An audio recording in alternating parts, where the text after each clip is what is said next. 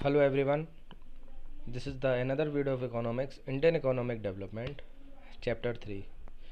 This chapter name is LPG policy, liberalization, privatization and globalization. So in this chapter the main problem of faced by India 1991, that time India have faced the problems of foreign exchange. This is the major problem that times. So इस video में हम discuss करेंगे regarding loans जो India ने loan foreign का IMF से या world bank से लोन लिया था एंड उस लोन के बाद फिर इंडिया ने क्या क्या इम्प्लीमेंशन किए, क्या क्या चेंजेस किए अपनी इकोनॉमी को लेके, जिससे कि कंट्री फिर से उस सिचुएशन में दोबारा ना पहुंचे। सो आइए चलिए डिस्कस करते हैं। Crisis of 1991 force India for financial help from IMF and world bank. जो हेल्प की थी वो किसने की थी? आईएमएफ और वर्ल्ड बैंक ने। आईएमएफ की एक ब्रांच होती है IBRD, international bank of reconstruction and development.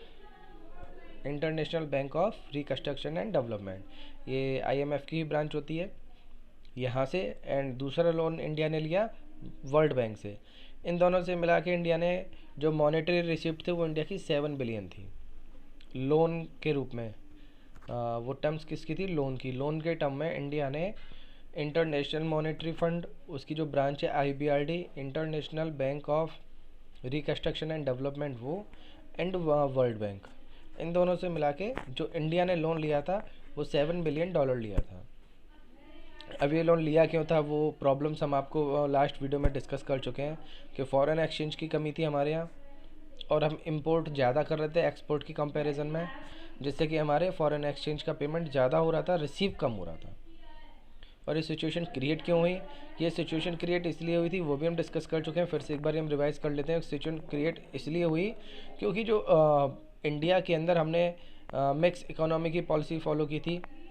Capitalist और सोशलिस्टिक इकोनॉमी का दोनों का मिक्सचर था, मिक्सड इकोनॉमी।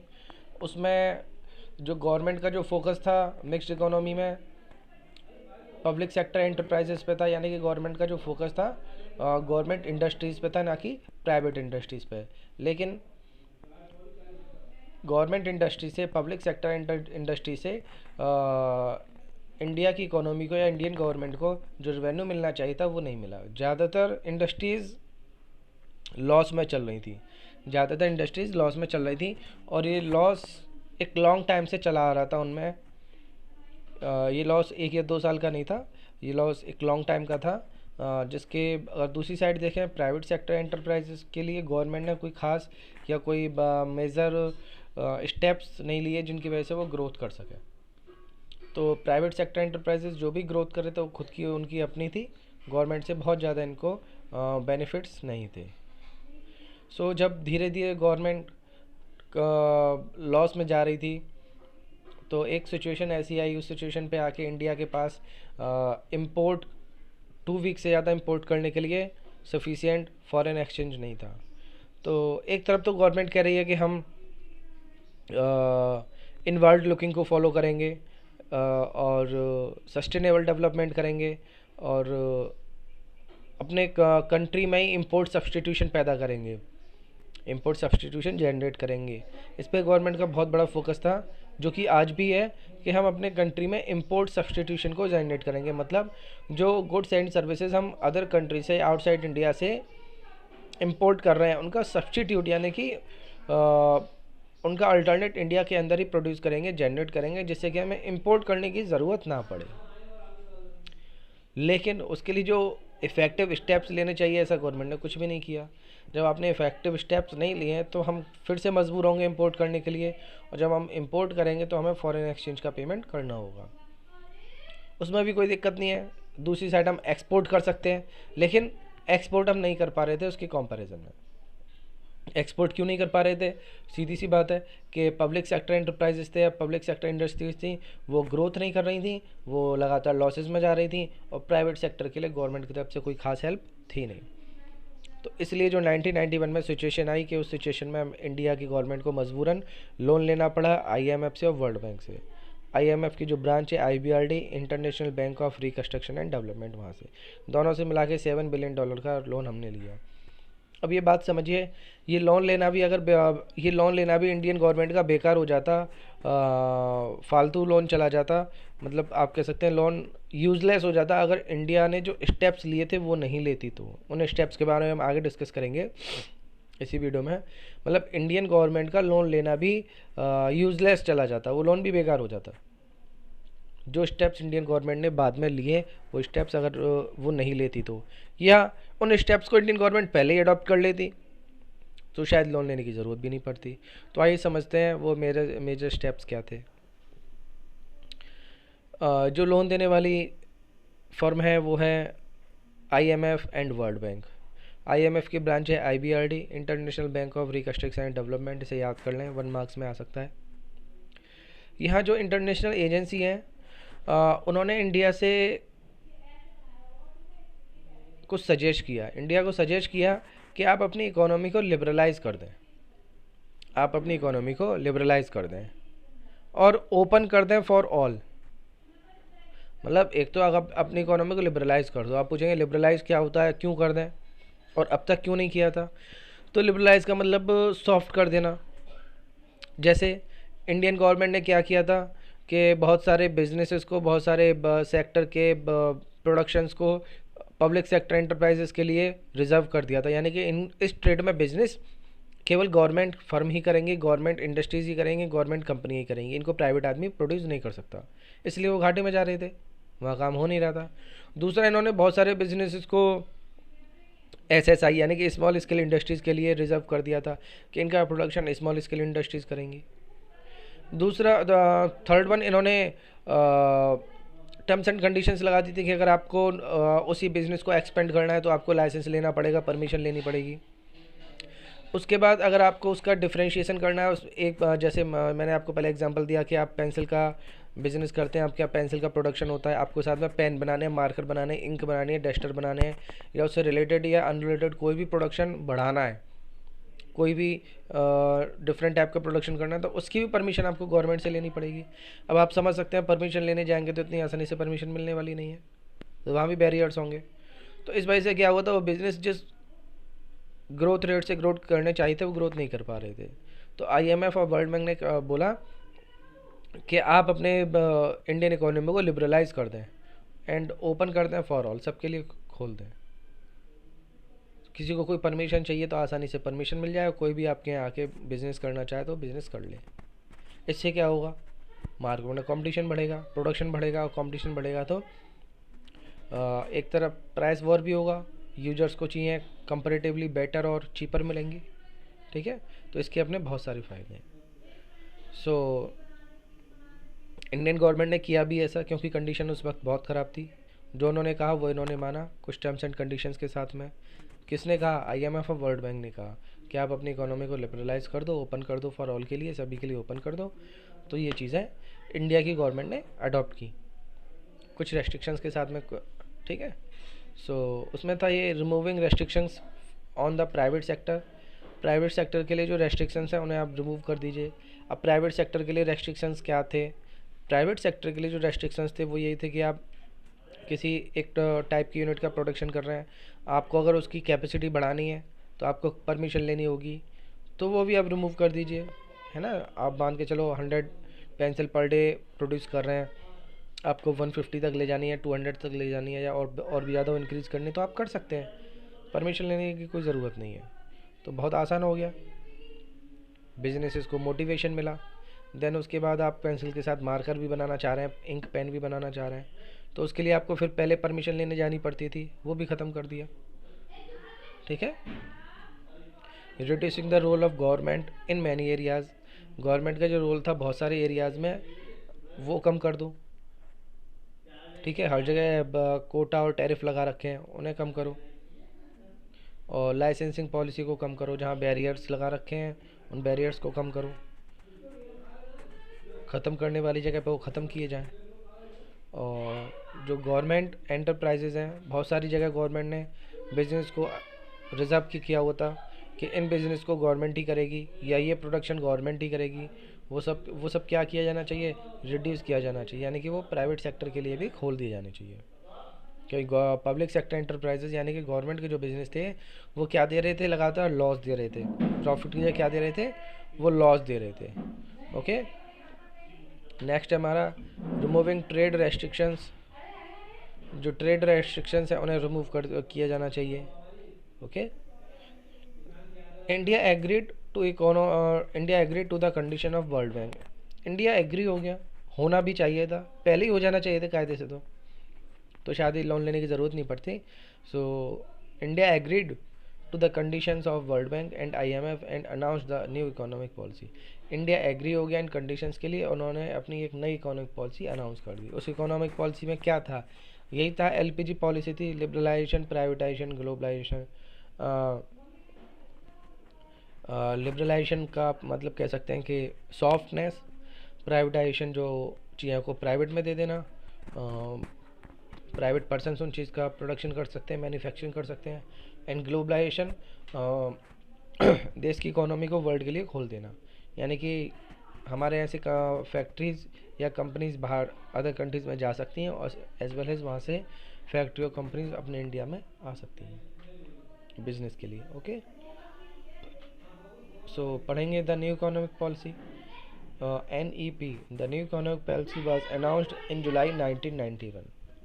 ध्यान दें इस पर, ये जो नई इकोनॉमिक पॉलिसी है, न्यू इकोनॉमिक पॉलिसी अनाउंस हुई थी कब, जुलाई में 1991 में। किसके बाद, इंडिया के लोन लेने के बाद। ठीक है, इंडिया ने लोन लिया और IMF ने, वर्ल्ड बैंक ने इनको सजेस्ट किया, इंडियन गवर्नमेंट को बोला कि आप अपनी इकोनॉमी को लिबरलाइज कर दीजिए, जिससे कि आगे फिर से प्रॉब्लम्स क्रिएट ना हो। सो इन्होंने अपनी एक नई इकोनॉमिक पॉलिसी अनाउंस कर दी जुलाई 1991 में। Okay, it consisted on wide range of economic reforms. It consisted on wide range of economic reforms. इससे क्या हुआ, एक बड़े लेवल पे इकोनॉमिक रिफॉर्म्स हुआ। इससे बड़े लेवल पे क्या हुआ, एक इकोनॉमिक रिफॉर्म्स हुआ, बहुत बड़े सुधार हुए। The main aim of the policy was create to more competitive environment. जैसा कि मैंने आपको अभी बताया कि ज़्यादा कंपनियों के प्रोडक्शन करने से क्या होगा, कंपटीशन क्रिएट होगा, कंपटीशन वाला एनवायरनमेंट क्रिएट होगा। इसका फ़ायदा किसको मिलेगा, इसका फ़ायदा सबको मिलेगा। प्रोड्यूसर ज़्यादा प्रोड्यूस कर पाएंगे, मैन्युफैक्चर ज़्यादा मैन्युफैक्चरिंग कर पाएंगे, एंड यूजर्स को बेटर क्वालिटी के चीपर गुड्स मिलेंगे, क्योंकि मार्केट में प्राइस कंपटीशन होगा, क्वालिटी कंपटीशन होगा, एंड देन गवर्नमेंट को भी टैक्स और रेवेन्यू भी ज़्यादा मिलेंगे।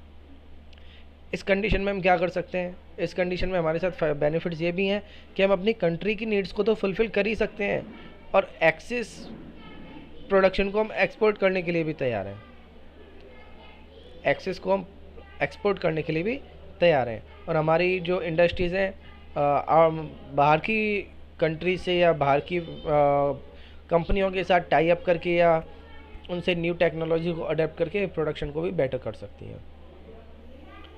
मोर competitive environment in the economy and remove the barriers to entry and growth of firms. इससे क्या हुआ, नई इकोनॉमिक पॉलिसी में जो बैरियर्स थे नई फर्म के एंट्री करने के, जैसा कि प्रीवियस वीडियो में मैंने आपसे डिस्कस किया था कि अगर कोई नई फर्म को स्टेबल होना है तो उसके लिए लाइसेंस की ज़रूरत है, गवर्नमेंट से लाइसेंस अप्रूव कराना होगा, और गवर्नमेंट लाइसेंस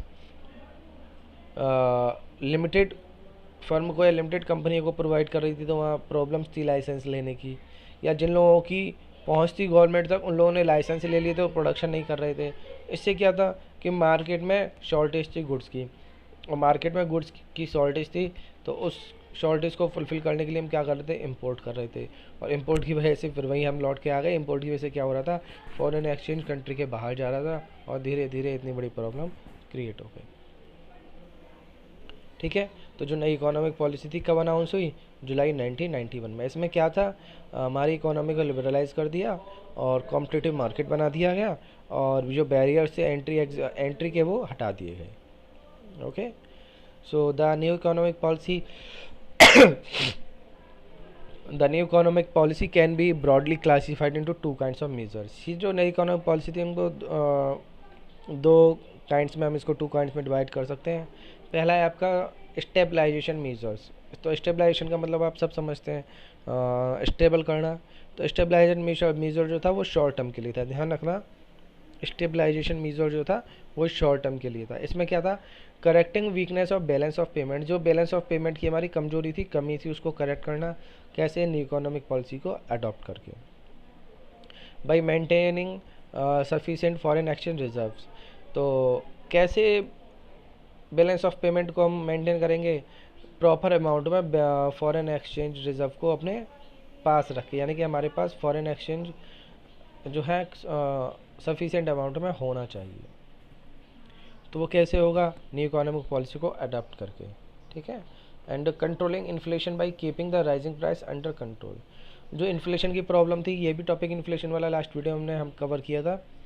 जो इन्फ्लेशन की प्रॉब्लम थी उसको भी कंट्रोल कर सकते हैं, महंगाई कंट्रोल कर सकते हैं। कैसे, कि जब कंपटीशन की मार्केट होगी तो चीज़ों में प्राइस बढ़ शुरू हो जाएगा, गुड्स में प्राइस बढ़ शुरू हो जाएगा और क्वालिटी भी बेटर मिलेगी।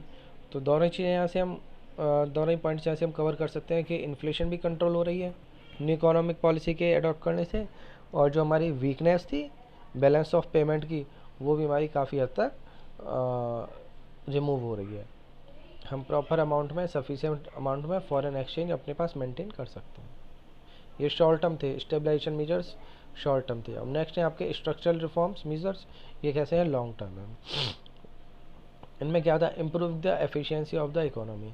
जब हम फर्स्ट स्टेप को स्टेबलाइजेशन मेजर्स को फुलफिल कर लेंगे, अडॉप्ट कर लेंगे, तो उसके बाद स्ट्रक्चरल पे आएंगे, ये लॉन्ग टर्म के लिए है। और जब वहाँ पे हम क्या कर रहे थे, यहाँ पे हम कर रहे थे कि बैलेंस ऑफ पेमेंट को और प्राइस वॉर को, सॉरी प्राइस इन्फ्लेशन को कंट्रोल कर रहे थे।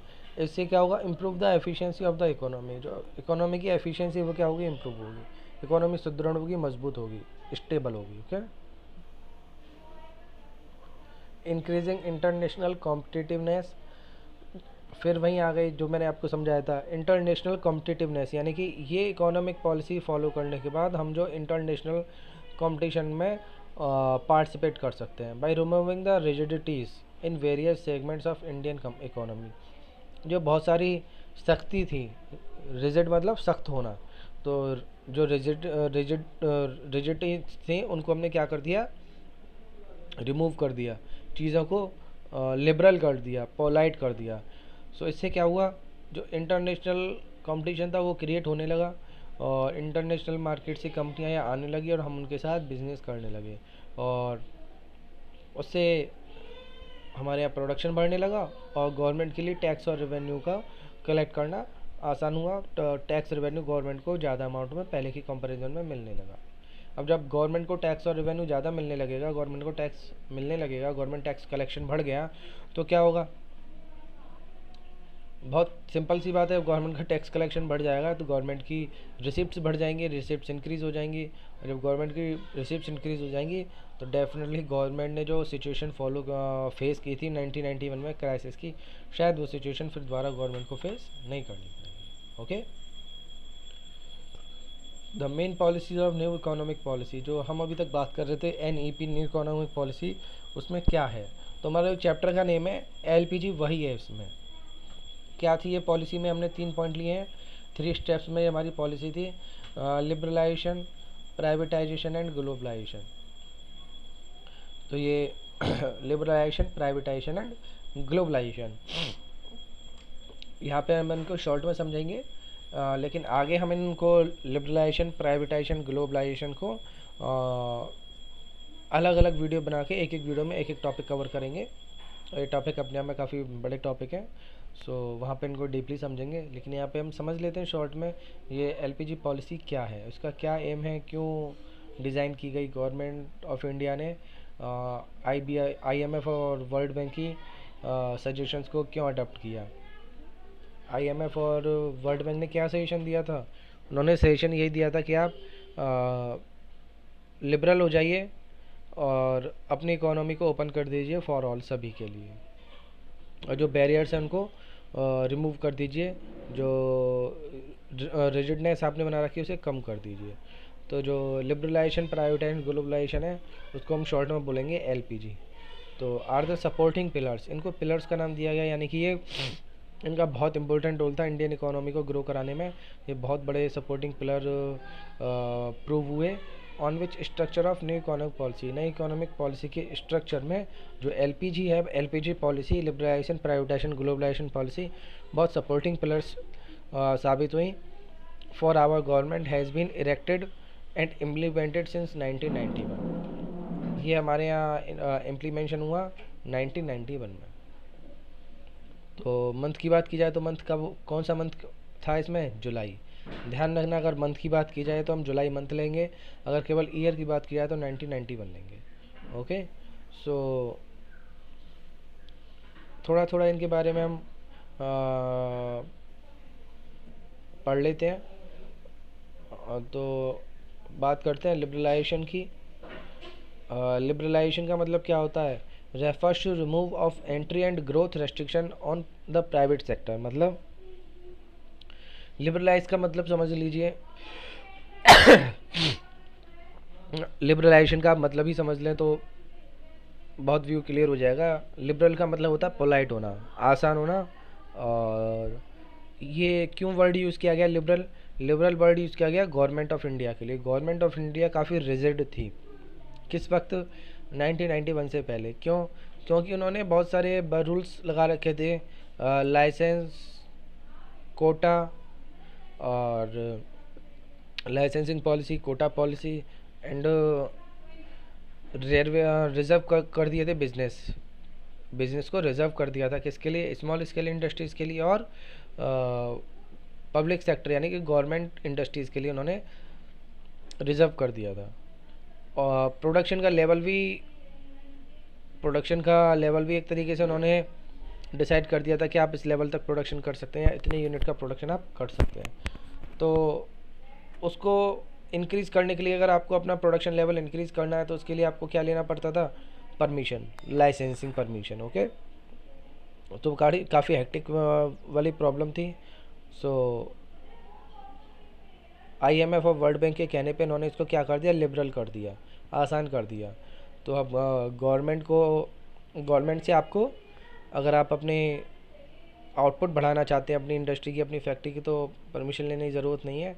और अगर आपका प्रोडक्शन डिफ्रेंशिएशन भी है तो भी आपको परमिशन लेने की ज़रूरत नहीं है। प्रोडक्शन डिफ्रेंशिएशन का मतलब, जैसा कि मैं आपको फिर से बता रहा हूँ कि अभी आप पेन का प्रोडक्शन कर रहे हैं, उसके साथ में आप पेंसिल बनाना चाहते हैं, मार्कर बनाना चाहते हैं, इंक बनाना चाहते हैं, तो पहले की कंडीशन में आपको लाइसेंस लेने की ज़रूरत थी, परमिशन लेने की ज़रूरत थी, लेकिन अब आपको कोई ज़रूरत नहीं है। बहुत लिबरल कर दिया, बहुत आसान कर दिया।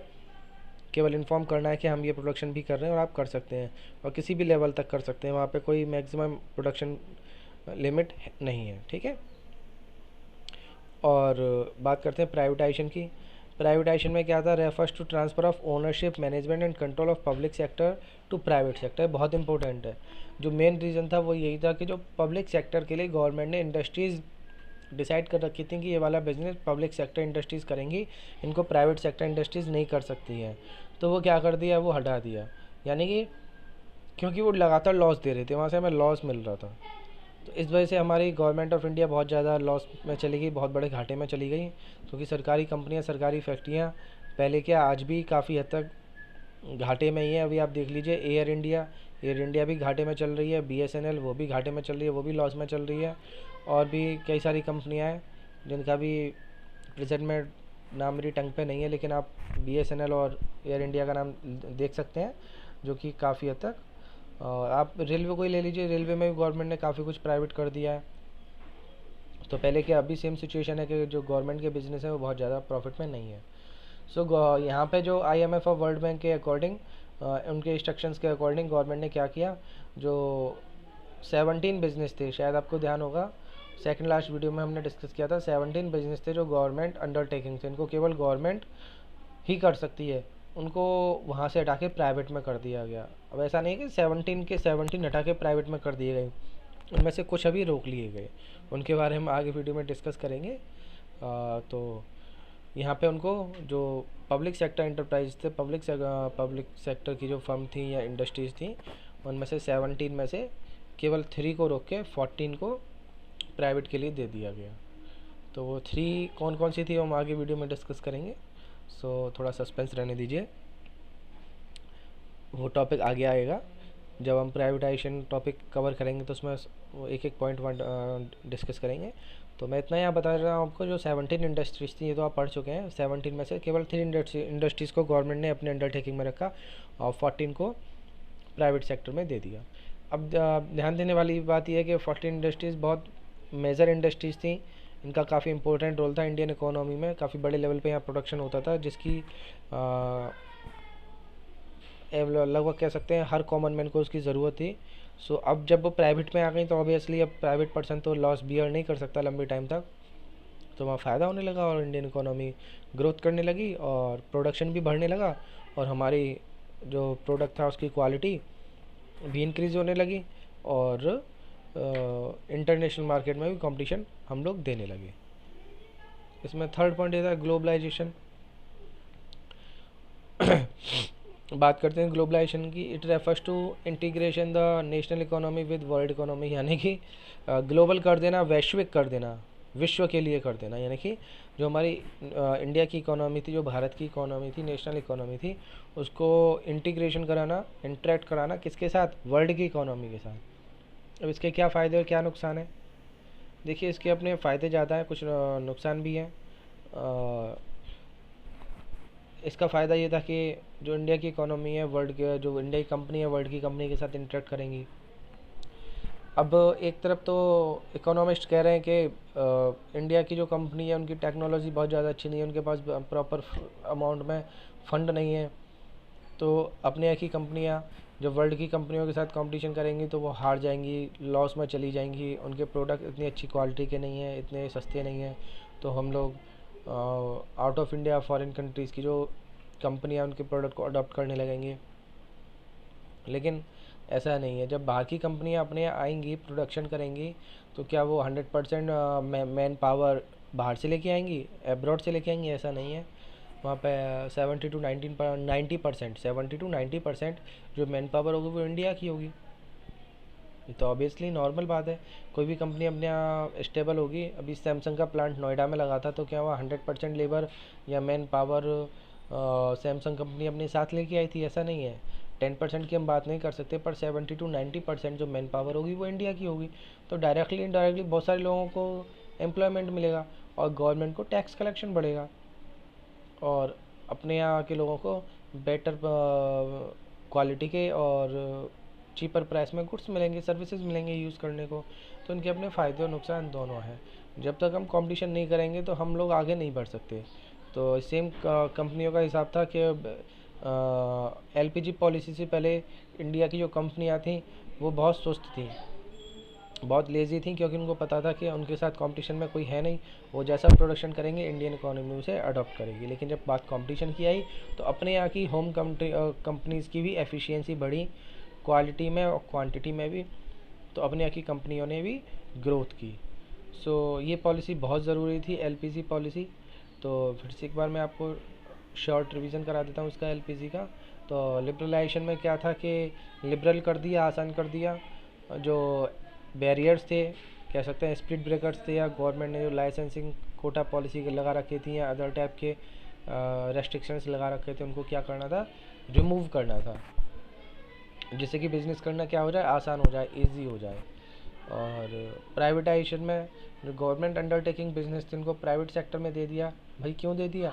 क्योंकि वो गवर्नमेंट अंडरटेकिंग बिजनेस लगातार लॉस दे रहे थे। ठीक है, लगातार लॉस दे रहे थे। उनके लॉस की वजह से इंडियन गवर्नमेंट को, इंडियन इकोनॉमी को एक बड़े अमाउंट पे नुकसान हुआ, एक लार्ज स्केल पर काफ़ी लॉस हुआ, क्योंकि वो लंबे समय से वहाँ लॉस ही दे रहे थे। तो इस वजह से क्या हुआ? अब यहाँ पे एक चीज़ देखने वाली है, 1991 के बाद प्राइवेट सेक्टर ने बहुत अच्छी ग्रोथ की, बहुत तगड़ी ग्रोथ की, आप कह सकते हैं एक माइंड ब्लोइंग ग्रोथ की। क्योंकि जो गवर्नमेंट अंडर सेक्टर बिजनेस थे वो 17 थे, 17 से रिड्यूस करके केवल 3 बिजनेस या 3 एरिया के बिजनेस, 3 सेक्टर बिजनेस गवर्नमेंट के लिए छोड़े, 14 प्राइवेट में दे दिए। अब प्राइवेट में देने के बाद एक साथ बूम आ गया इंडियन इकोनॉमी में, और इंडियन इकोनॉमी ने एक बहुत अच्छी और बहुत अपवर्ड लुकिंग ग्रोथ की। हम आगे वीडियोस में आपको बताएंगे कि उस वक्त जीडीपी क्या थी और उसके बाद जीडीपी क्या थी, ग्रोथ रेट क्या थी। एक बहुत अच्छी ग्रोथ रेट थी, क्योंकि वो 14 बिजनेस ने तहलका मचा दिया मार्केट के अंदर, और वो बहुत मेजर बिजनेस थे, बहुत ज़रूरी, बहुत इंपॉर्टेंट बिजनेस थे, और प्राइवेट सेक्टर में आते ही वहाँ पे ग्रोथ शुरू हो गई। और जो लॉस था वो लॉस प्रॉफिट में कन्वर्ट होने लगा, क्योंकि अब वो सेक्टर किसके हाथ में थे, प्राइवेट पर्सनस के हाथ में थे। और प्राइवेट पर्सन या कह सकते हैं प्राइवेट फर्म या ऑनर कोई भी लॉस बियर नहीं करेगा। कभी जभी की बात लगे, लगातार लॉस में कोई भी फर्म नहीं चल सकती, ठीक है। और थर्ड वन क्या था हमारा, ग्लोबलाइजेशन, यानी कि अपनी इकोनॉमी को वर्ल्ड की इकोनॉमी के साथ इंटरेक्ट कराना, अपनी कंपनीज़ को वर्ल्ड की कंपनीज़ के साथ इंटरेक्ट कराना। सो इस वीडियो में बस इतना ही। और नेक्स्ट वीडियो में जैसा कि आप देख रहे हैं हम टॉपिक डिस्कस करेंगे लिबरलाइजेशन। बहुत अच्छा टॉपिक है, इंपॉर्टेंट टॉपिक है, एग्ज़ाम में आने के चांसेस काफ़ी रहते हैं। तो हम लिबरलाइजेशन को डिस्कस करेंगे। लिबरलाइजेशन क्या होता है, इसमें क्या क्या रिफॉर्म्स थे, इसमें कई सारे रिफॉर्म्स हैं। सो नेक्स्ट वीडियो बहुत इंपॉर्टेंट होने वाला है, आप वेट कीजिए नेक्स्ट वीडियो का। और इस वीडियो की हेल्प से आप लोग नोट्स बना सकते हैं।